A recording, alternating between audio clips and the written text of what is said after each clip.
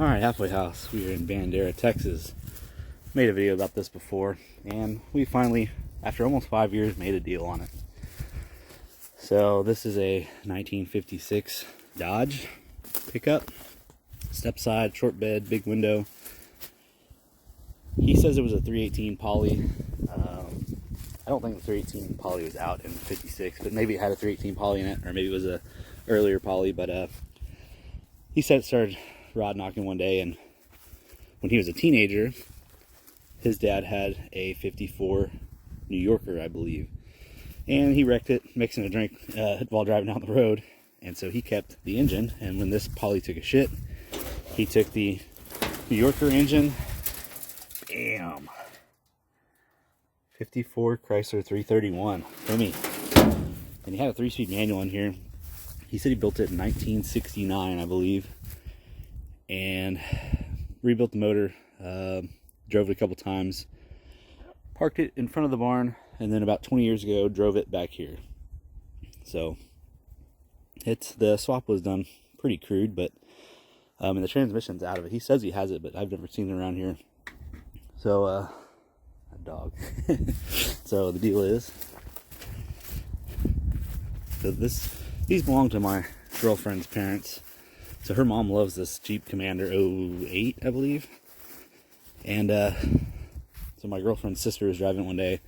It was getting hot, so I drove out there. From what I remember, the fan clutch took a shit or something. Like there was no fan, and so it was getting hot.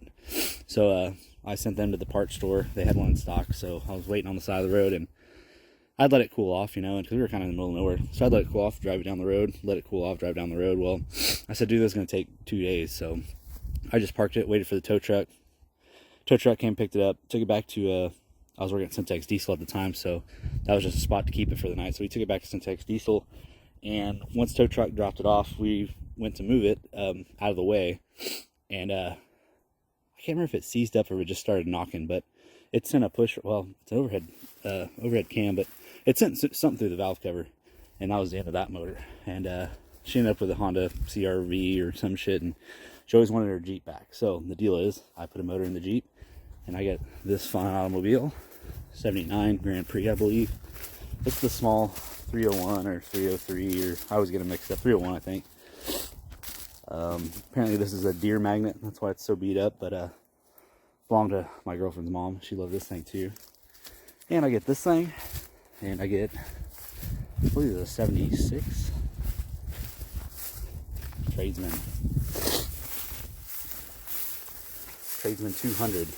Yeah, he did say it was a 3/4 ton, but I was like, man, it's a 5 lug, but I guess it is a 200.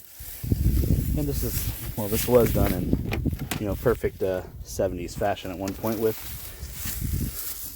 wood paneling and, you know, carpet and all that shit. Old Daddy and the Dodge Whisperer. I don't know, they're into vans more than I am, but I'm into them just because they think they're cool. So a little chooch there. Door doesn't really line up very good, but that's alright. Let me get this thing. San Antonio. So anyway, got an automatic here of some sort. Adapter plate, bell housing. I did find it odd that that's a non-air-cooled bell housing, but got some hubcaps. So I'm on the hunt for a 4.7 V8 Chrysler, Jeep, Dodge. I guess the Rams are the same, I would guess. So if y'all know of a good running 4.7, let me know. That way I can finally get my Hemi. So it's about 7:30 in the morning. Go drink some coffee. Go wake everybody up. Probably start pouring whiskey drinks. This thing looks a lot worse than it did 5 years ago.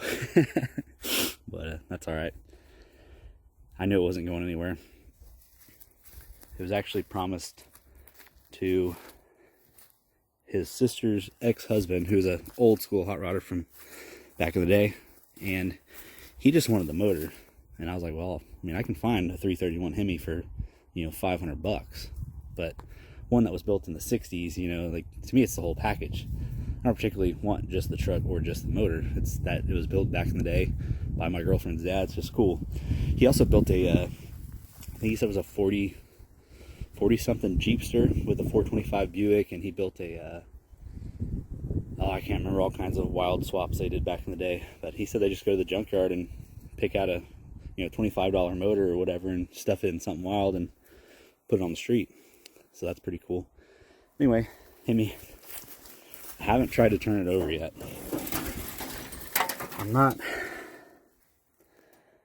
I'm pretty hopeful. This thing's going to turn over.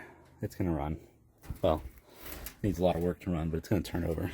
But yeah, he said he painted it gold with the red lettering. He thought it looked cool, so I dig it too. But you can see it's pretty crude. But we'll fix all that. Anyway, halfway house. Thanksgiving. Happy Thanksgiving, Milner. I'll see y'all later.